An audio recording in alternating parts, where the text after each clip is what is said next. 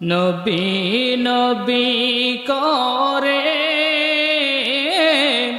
আর কত কাল আমি কাঁদব, নবী নবী করে আর কত কাল আমি কাঁদব। আপন নয়নে কবে জানি, আপন নয়নে কবে জানি নূর নবীজিকে দেখব, নবী নবী করে আর কত কাল আমি কাঁদব, নবী নবী করে আর কত কাল আমি কাঁদব। বিশ্বনবী মুহাম্মদুর রাসূলুল্লাহ সাল্লাল্লাহু আলাইহি ওয়াসাল্লামের কাছে হযরত সুলাইমান রাদিয়াল্লাহু তাআলা আনহু একদিন প্রশ্ন করতেছে, ইয়া রাসূলুল্লাহ, ইয়া হাবিবাল্লাহ, এই দিনের নাম কেন জুমার দিন হলো? নবীজি কয়, ও সুলাইমান, তুমি শুনে রেখে দাও, এই জুমার দিন এর নাম কেন জুমার দিন হলো? এই দিন হযরত আমার আল্লাহ পাক রব্বুল আলামিন আদম আলাইহিস সালামকে বানানোর জন্য কাদামাটিগুলো এক জায়গায় জমা করেছিলেন। আদম আলাইহিস সালামকে তৈরি করবেন, এই তৈরি করার জন্য এক জায়গায় কাদামাটি জমা করেছিলেন। এই জন্য এই দিনের নাম হলো ইয়াউমুল জুমআ, জুমার দিন। আর একটা বর্ণনায় আছে যে এই দিনে কিয়ামত সংগঠিত হবে, এই জন্য এই দিনের নাম হলো ইয়াউমুল জুমআ, জুমার দিন। বুঝতে পারছেন আমার কথা কি বোঝা যায়? তাহলে এই দিনের নাম কেন জুমার দিন হলো? আমার আল্লাহ পাক রব্বুল আলামিন আদম আলাইহিস সালামকে তৈরি করার জন্য এক জায়গায় কাদামাটি জোগাড় করলেন, এই জন্য এর নাম জুমার দিন হলো। আরো অনেক বর্ণনায় অনেক রকম বর্ণনা পাওয়া যায়। এবার আসেন জুমার দিনের ফজিলত সম্পর্কে একটু বলি।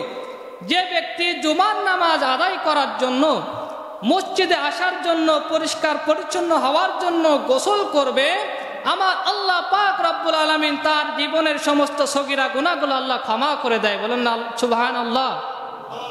প্রিয় হাজিরিন, শুধু এখানেই শেষ নয়, যে ব্যক্তি জুমার নামাজ আদায় করার জন্য আগে ভাগে মসজিদের দিকে আসবে, এই মসজিদের দরজার সামনে দুজন ফেরেশতা দাঁড়িয়ে থাকেন, তারা খাতা কলম নিয়ে দাঁড়িয়ে থাকেন। যে বান্দাটা আগে মসজিদের ভিতরে প্রবেশ করে তার আমল নামায় একটা উট কুরবানির সওয়াব লিখে দেওয়া হয়। বলেন না সুবহানাল্লাহ। শুধু কি এখানেই শেষ নয়, দ্বিতীয় যে ব্যক্তিটি মসজিদে প্রবেশ করবে তার আমল নামায় একটি গরু কুরবানির সওয়াব লিখে দেওয়া হয়। তৃতীয় যে আসবে তার আমল নামায় ছাগল কুরবানির সওয়াব লিখে দেওয়া হয়। এমন করে হুজুর যখন মসজিদে খুতবার জন্য দাঁড়িয়ে যান, তখন ফেরেশতারাও এসে খুতবা শুনতে থাকে, তখন এই যে সওয়াবের আমল নামা এটা বন্ধ করে দেওয়া হয়। এবার আপনারা বলেন যে আমরা যারা গরিব মানুষ, যারা জন্মজুরি খেটে খাই, বছরে একটা কুরবানিও তো দিতে পারি না অনেকে। সবাইকে দিতে পারি? কুরবানির সময় সবাইকে কুরবানি দিতে পারি? কাজে আমরা যদি জুমার দিন একটু আগে ভাগে আসি, আমরা কুরবানির সওয়াব থেকে মাহরুম হয়ে যাব না। যারা ধনী লোক তারা অনেকে বছরে একটা কুরবানি দেয়, কিন্তু আমার আল্লাহ পাক রব্বুল আলামিন ধনী গরিব সবার জন্য সপ্তাহে একদিন কুরবানির সওয়াব লিখে দেন, সেটা হলো ইয়াউমুল জুমআ, জুমার দিনে। বলেন না সুবহানাল্লাহ। সম্মানিত হাজিরিন, আমি পবিত্র কোরআন থেকে একটি আয়াতে কারিমা আপনাদের সামনে তেলাওয়াত করেছি। আমার আল্লাহ পাক পবিত্র কোরআনটা মানুষের জন্য হেদায়েতের জন্য দিয়ে দিলেন। অন্ধকারের পথ থেকে আলোর পথ খুঁজে পাবে, অন্ধকারের পথ থেকে সোজা পথ পেয়ে যাবে। আমার আল্লাহ দুনিয়ায় মানুষকে পাঠানোর পরেই কিন্তু মানুষকে এমনি এমনি ছেড়ে দেন নাই। মানুষ কেমনে তুমি তোমার নিজের জীবন চালাইবা, কেমনে তুমি তোমার নিজের পরিবার চালাইবা, কেমনে তুমি তোমার নিজের রাষ্ট্র পরিচালনা করবা, এই সমস্ত কিছু পরিচালনা করার জন্য আল্লাহ পাক রব্বুল আলামিন একটা গাইড বুক আমাদের জন্য দিয়ে দিয়েছেন, একটা কিতাব দিয়ে দিয়েছেন। বলেন তো সেই কিতাবটার নাম কি? আল কোরআন। সেই কিতাবটার নাম কি? আল কোরআন। মা ফাররাতনা ফিল কিতাবি মিন শাইই। এই কিতাব এমন একটি কিতাব, কোনো কিছু এর ভিতর থেকে বাদ নাই, সব কিছু কি এই কিতাবের ভিতরে আছে। কাজী বান্দা আমার জীবনটা কেমনে পরিচালনা করব, আমার রাষ্ট্রটা কেমনে পরিচালনা করব, আমার পরিবার কেমনে পরিচালনা করব, সব কিছু যদি কোরআন থেকে আমরা দেখি, সব কিছু কোরআন থেকে পাবো কি পাবো না? কাজী এই কিতাবে কোনো ভুলও নাই, কোনো সন্দেহ নাই। আমার আল্লাহ বলছেন, যালিকাল কিতাবু লা রাইবা ফীহি হুদাল লিল মুত্তাকিন।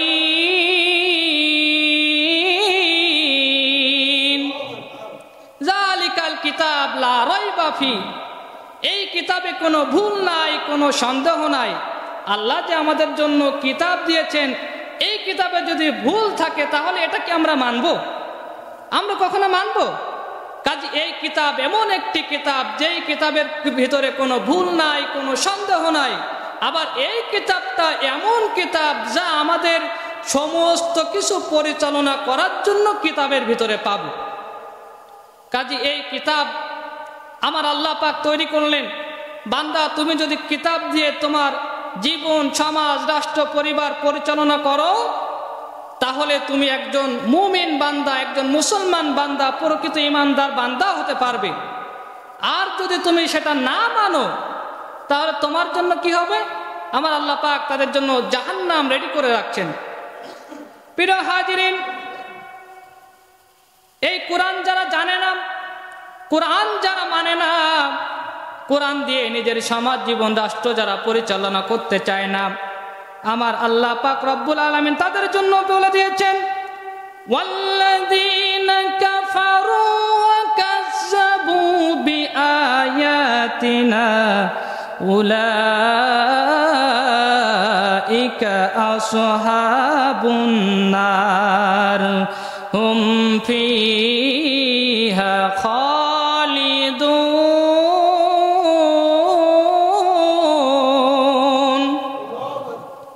প্রিয় হাজিরিন, যারা কোরআন জানে না, যারা কোরআন মানে না, যারা কোরআন দিয়ে নিজের জীবনটা পরিচালনা করতে চায় না, এই সমস্ত মানুষদের জন্য বলে দিয়েছেন, ওয়াল্লাযীনা কাফারু ওয়া কাযযাবু বিআয়াতিনা, যারা এই কোরআনকে মিথ্যা প্রতিপন্ন করেছিল, এই কোরআনকে যারা মিথ্যা প্রতিপন্ন করেছিল, ওয়া কাযযাবু বিআয়াতিনা, আল্লাহর আয়াতসমূহকে যারা মিথ্যা প্রতিপন্ন করেছিল, উলাইকা আসহাবুন নার, তাদের জন্য আমার আল্লাহ পাক রব্বুল আলামিন জাহান্নাম তাদের জন্য বরাদ্দ করে রেখেছেন।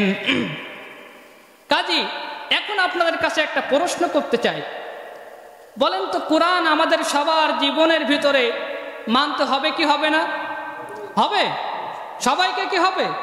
কাজী যদি কোরআন বলে একরকম, কিন্তু আপনার নফস বলে আর এক রকম, এই অবস্থায় আপনাকে একটা মানতে হবে। কোরআনকে মানবেন না আপনার নফসকে মানবেন? নিশ্চয়ই কোরআনকে মানতে হবে। কোরআন বলে একরকম, কিন্তু আপনার নিজের পিতা বলে আর এক রকম, এই অবস্থায় কোনটা মানবেন? পিতাকে ছাড়বেন নাকি কোরআনকে ছাড়বেন? নিশ্চয়ই পিতাকে ছাড়তে হবে। কোরআন বলে একরকম, কিন্তু আপনার পীর, আপনার মুরব্বী, সে বলে আর এক রকম। এই অবস্থায় আপনাকে একটা মানতে হবে। কোরআনকে মানবেন নাকি পীরকে মানবেন? নিশ্চয়ই কোরআনকে মানব। কাজী কোরআনকে যদি মানতে হয়, প্রয়োজনে নিজের পিতাকে বাদ দিয়ে দিব, প্রয়োজনে নিজের সমাজের নেতাকে বাদ দিয়ে দিব, প্রয়োজনে নেত্রীকে বাদ দিয়ে দিব, প্রয়োজনে পীর, মুরিদ, মুর্শিদকে বাদ দিয়ে দিব। তারপরও কোরআন যেটা বলছে এইটার পক্ষে আমাদের সবাইকে একযোগে থাকতে হবে। আমরা কি সবাই রাজি আছি? আচ্ছা, সবাই একটু দু হাত তুলে একটু আল্লাহকে দেখান তো আমরা রাজি আছি। নারায়ে তাকবীর, নারায়ে তাকবীর, হাত নামান। প্রিয় হাজিরিন, কাজী কোরআন যেভাবেই বলুক, কোরআন যেটা বলবে সেটা আমরা সবাই মানব। আচ্ছা, আমরা কি বলেন তো বাংলাদেশে ইসলাম প্রতিষ্ঠিত হোক, এটা চাই কি চাই না? সবাই কি চাই বাংলাদেশে কোরআন প্রতিষ্ঠিত হোক? আমরা সবাই কি চাই এই অশান্তির দাবানল থেকে বাংলার মানুষ মুক্তি পাক? এটা আমরা সবাই কি চাই? কাজে আমরা সবাই যদি চাই, অন্তর দিয়ে চাবো নাকি আমাদের কাজ দিয়ে চাবো? নিশ্চয়ই অন্তর দিয়ে চাইতে হবে। বাংলাদেশে কোরআন প্রতিষ্ঠিত হোক, এটা আমরা সবাই চাই, কিন্তু এরা শুধু মুখ দিয়ে বললে হবে না, আমাদের কথায় আমাদের কাজে এটাকে পরিণত করতে হবে। কেমন পরিণত করতে হবে?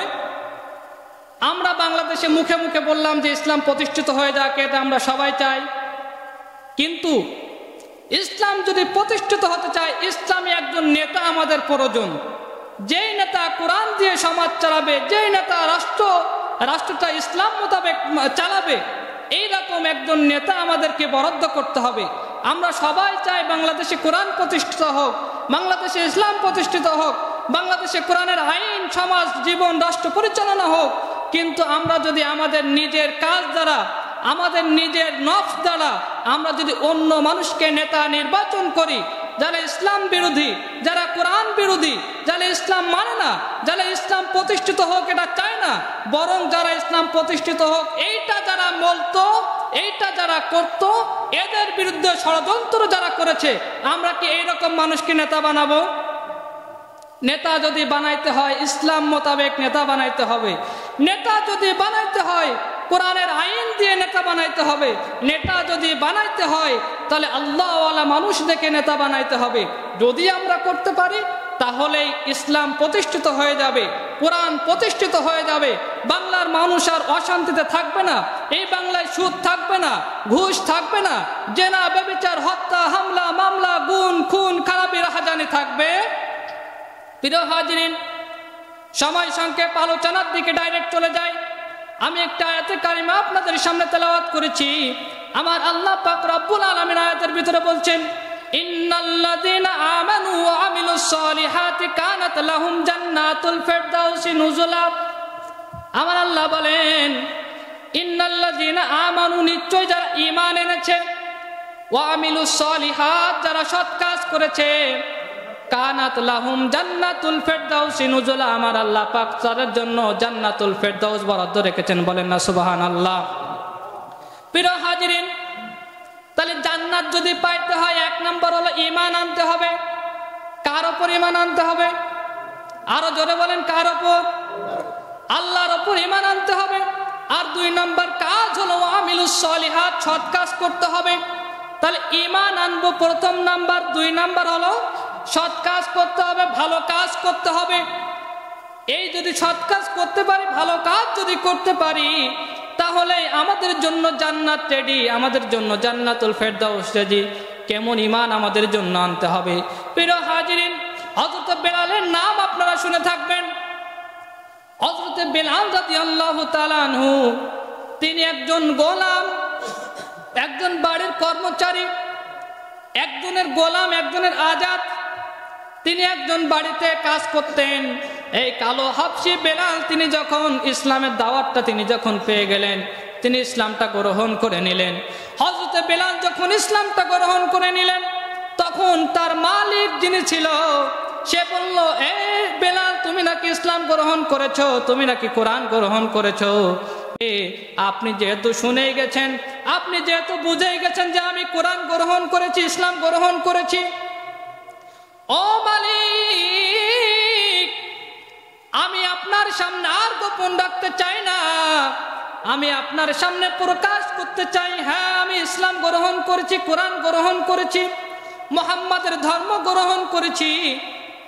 ও মালিক, আমি যেহেতু কোরআনের একজন খাদেম হয়ে গিয়েছি, কাজী আমি প্রথম ইসলামের দাওয়াতটা আমি আপনার কাছে পৌঁছাইতে চাই, কোরআনের দাওয়াতটা আপনার কাছে পৌঁছাইতে চাই। মালিক, আর বাঁকা পথে থেকে লাভ নাই, আপনি সোজা পথে চলে আসুন। আমার আল্লাহ পাক রব্বুল আলামিন ওই কালো হাবশি বেলালের মালিককে কবুল করেন নাই। মালিক যখন এই কথা শুনলো, মালিকের মাথা গরম হয়ে গেল। মালিক সাথে সাথে তার সৈন্য দলকে ডাক দিলেন, ডাক দিয়ে বললেন, বেলালকে ধরো আর মারো, বেলালকে আঘাত করো।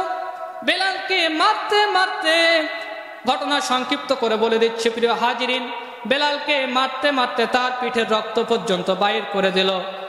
এমন মারা মারছে তার, হযরত বেলালকে দুইটা ঘোড়ার পায়ের সাথে তার পা গুলো বেঁধে দিল। পা গুলো বাঁধার পরে দুইটা ঘোড়া ছুটিয়ে দিল। বেলালের নিথর দেহটা একবার রাস্তার ডান পাশে, একবার রাস্তার বাম পাশে, নিথর দেহটা বেলালের গোড়াগড়ি খায়। কিন্তু তারপরও বেলাল ইসলাম থেকে, কোরআন থেকে সরে না। বেলালকে বলা হলো, রে বেলাল, তোকে এই তুকনি কেবল নির্যাতন শুরু হলো, তুই বল ইসলাম থেকে কোরআন থেকে সরবি কিনা? বেলাল কয়, ও মালিক আপনি শুনে রেখে দেন, এই তো কেবল আমার জীবনের ওপর নির্যাতন শুরু হয়ে গেল, কিন্তু ও মালিক আমার নির্যাতন করতে করতে আমাকে যদি মেরেও ফেলে দেন, আমার নিজের জীবনটাও যদি শেষ করে দেন, আমি বেলাল ইসলাম থেকে কোরআন থেকে এক বিন্দু পরিমাণ সরে যাব না।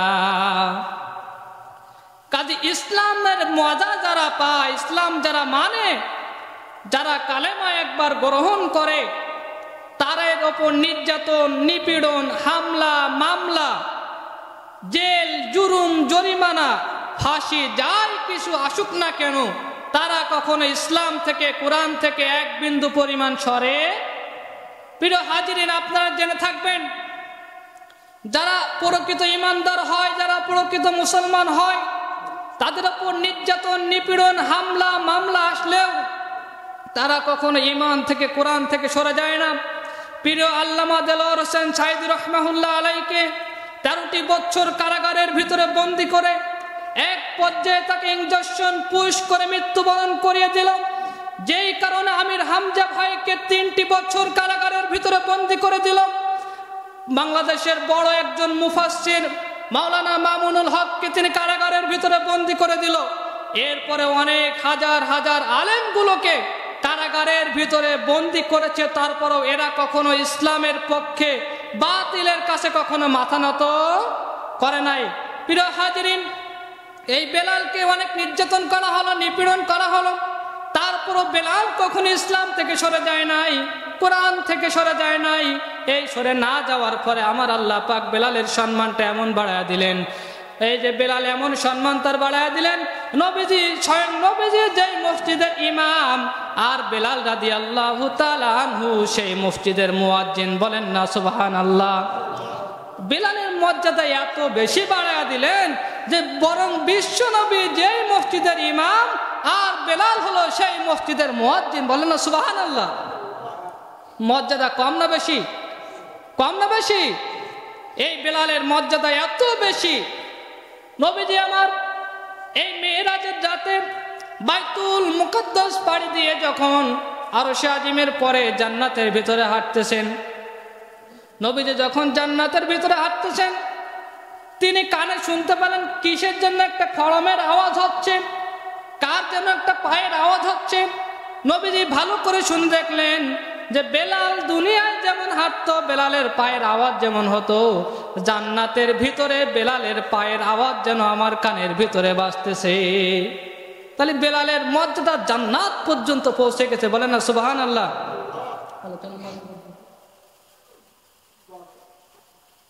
আচ্ছা প্রিয় হাজিরিন, কাজী বেলাল রাদিয়াল্লাহু তাআলা এত সম্মান বাড়িয়ে দিলেন, শুধু এখানেই শেষ নয়। বেলাল রাদিয়াল্লাহু তাআলা আনহু মসজিদের মুয়াজ্জিন ছিল, তার কণ্ঠের ভিতরে একটু জড়তা ছিল, তিনি হাইয়া আলাস সালাহ সঠিকভাবে বলতে পারেন না। আশহাদু আল্লা ইলাহা ইল্লাল্লাহ জায়গায় আশহাদু বলতেন, সিনের জায়গায় সিন করতেন এবং সিনের জায়গায় সিন করতেন, তিনি বুঝতে পারতেন না, তার মুখের ভিতরে একটা জড়তা ছিল। এই যে বেলালের জড়তার কারণে অনেক সাহাবীরা নবীজির কাছে প্রশ্ন বললেন, যে একটু নবীজির কাছে রিপোর্ট দিলেন, ইয়া রাসূলুল্লাহ ইয়া হাবিবাল্লাহ, এই যে বেলাল তিনি যে মসজিদে নববীর ভিতরে আযান দিতেছে, এই আযান তো আমাদের শুনতে ভালো লাগে না, তিনি তো সুন্দর মতো তিনি উচ্চারণ করতে পারে না, আশহাদুর জায়গায় আশহাদু বলেন, তার মুখের ভিতরে জড়তা আছে। হযরতে বেলাল রাদিয়াল্লাহু তাআলা আনহুর বিপক্ষে যখন সাহাবায়ে কেরামরা এত কিছু বলল, নবীজি বললেন যে মুসল্লিদের অর্ডার তো আমাকে মানতেই হবে, কিছু কিছু মানতে হবে। নবীজি আমার বেলালকে ডাক দিলেন, এই বেলাল তুমি একটু শুনে যাও। বেলাল রাদিয়াল্লাহু তাআলা আনহু তিনি যখন নবীজির সামনে আসলেন, নবীজি কয়, এ বেলাল তুমি তো আমার মসজিদের মুয়াজ্জিন, মসজিদে নববীর মুয়াজ্জিন। বেলাল মুসল্লিরা একটু বিপক্ষে কথা বলছে, কিছু নালিশ আমার নামে আমার জন্য করছে, আমার কাছে করছে। বেলাল কয়, ইয়া রাসূলুল্লাহ কি নালিশ? বেলালের সামনে রাসূল বলল, ও বেলাল তোমার কণ্ঠ ভালো না, মসজিদে নববীতে সুমধুর একজন কণ্ঠের সাহাবীকে আযান দেওয়ার জন্য দায়িত্ব দেওয়া হবে। বেলাল রাদিয়াল্লাহু তাআলা চোখ দিয়ে অজরে অজরে পানি পড়ে বেলাল রাদিয়াল্লাহু তাআলা আনহু কান্দে আর কয়, ইয়া রাসূলুল্লাহ, ইয়া হাবিবাল্লাহ, এই যে মসজিদের মুয়াজ্জিনের চাকরি, আপনি তো বলেছেন যেই ব্যক্তি 12টি বছর মসজিদের আযানের দায়িত্ব নেবে তার জন্য কিয়ামতের ময়দানে একটা মুকুট পরানো হবে, বিশাল বড় মুকুট। যেই মুকুটের কারণে কিয়ামতের কঠিন মুসিবতের ময়দানের সূর্যের তাপ তার মাথায় লাগবে না, সে ছায়া পাবে ওই মুকুটের ছায়া তলে। ইয়া রাসূলুল্লাহ, ইয়া হাবিবাল্লাহ, আমি কি এই সওয়াব থেকে মাহরুম হয়ে গেলাম? বেলাল যখন এই কথা বললাম, রাসূল বললেন যে বেলাল, তুমি একটু শান্ত হও, যেহেতু মুসল্লিরা বলছে ভালো একটু সুন্দর কণ্ঠের সাহাবীকে মুয়াজ্জিনের দায়িত্ব দেওয়া হবে। একজন সুন্দর কণ্ঠের সাহাবী দেখে নবীজি আমার মসজিদের নববীর মুয়াজ্জিনের চাকরি দিয়ে দিলেন। ও সাহাবী, তুমি আগামীকাল ফজর থেকে আজান দিবা। ওই সাহাবীটা ফজরের আজানের সময় হয়ে গেল, আজান দিচ্ছে, সুন্দর কণ্ঠে যখন আজান দিচ্ছে, হাইয়া আলাস সালাহ বলে যখন ডাক দিচ্ছে, তখন সমস্ত মুসল্লিরা যে হাজির, কিন্তু মসজিদের নববীতে নবীজি যে হাজির হয় না। বলেন তো, মসজিদের নববীর ইমামকে? স্বয়ং বিশ্বনবী মুহাম্মদুর রাসূলুল্লাহ সাল্লাল্লাহু আলাইহি সাল্লাম। ইমাম সাহেব যে হাজির হয় না, সকল সাহাবীরা হাজির। সাহাবীরা প্রশ্ন করছে যে ইমাম সাহেব এখনো আসে না কেন? মসজিদে আজান হয়ে গেছে, সুবে সাদিক এখনো হয় না কেন? তখন সাহাবীরা বলা বলি করছে যে কেন আসে না, চলো আমরা নবীজির কাছে যাই। আবু বকর ওমরকে বলে, এ ওমর, তুমি একটু যাও তো দেখি, নবীজিকে ডেকে নিয়ে আসো। ওমর কয়, আমি পারবো না। আবু বকর, পারলে তুমি যাও। পাশে দেখেন যে ওসমান বসা। ওসমানকে ওই দুজন জোর করে ওসমানকে বলতেছে, এ ওসমান, তুমি তো নবীজির জামাতা, তুমি তো নবীজির জামাই, তুমি যাও তোমার শ্বশুরকে একটু ডেকে নিয়ে আসো। ওসমান কয়, বড় দুজন যেখানে ফেল মারছে, আমি ছোট মানুষ, সেখানে যাব না। পরে দেখেন যে আলী বসা, আলীও যাতে রাজি হলো না। এক পর্যায়ে জোর করে মসজিদের খুঁটির পাশে দেখে, ছোট্ট একটি খুঁটির পাশে হযরত বেলালের চোখ দিয়ে অঝরে পানি পড়ছে, বেলাল কাঁদতেছে। সবাই বেলালের কাছে যেয়ে বললেন, রে বেলাল, মসজিদে নববীতে এখনো রাসূল হাজির হয় না, তুমি যাও তো একটু নবীজিকে ডেকে নিয়ে আসো। নবীজিকে বেলাল বলে, আমি পারবো না, তোমরা সবাই মিলে পারলে যাও। সবাই মিলে জোর করে বেলালকে ধরে ডাক দিয়ে বেলালকে জোরে টেনে হেঁচড়ে নবীজির হুজরার সামনে নিয়ে চলে গেলেন। নবীজির হুজরার সামনে যখন গেলেন, বেলালের কণ্ঠ থেকে জ্ঞান চলে আসলো, আসসালাতু খায়রুম মিনান নাওম।